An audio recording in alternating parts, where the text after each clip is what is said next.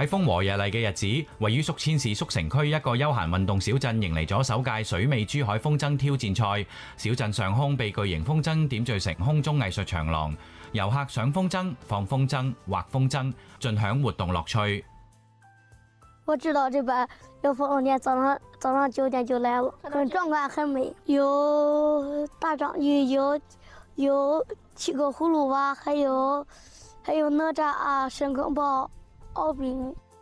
小鎮熱鬧非凡，入園遊客量超過2萬人次。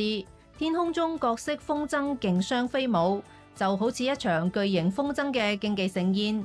從栩栩如生嘅哪吒主題風箏，到好似躍出海面嘅3D 立體鯨魚風箏，再到葫蘆娃等巨型風箏，每一隻風箏都吸引遊客停低喺度影相，記錄精彩瞬間。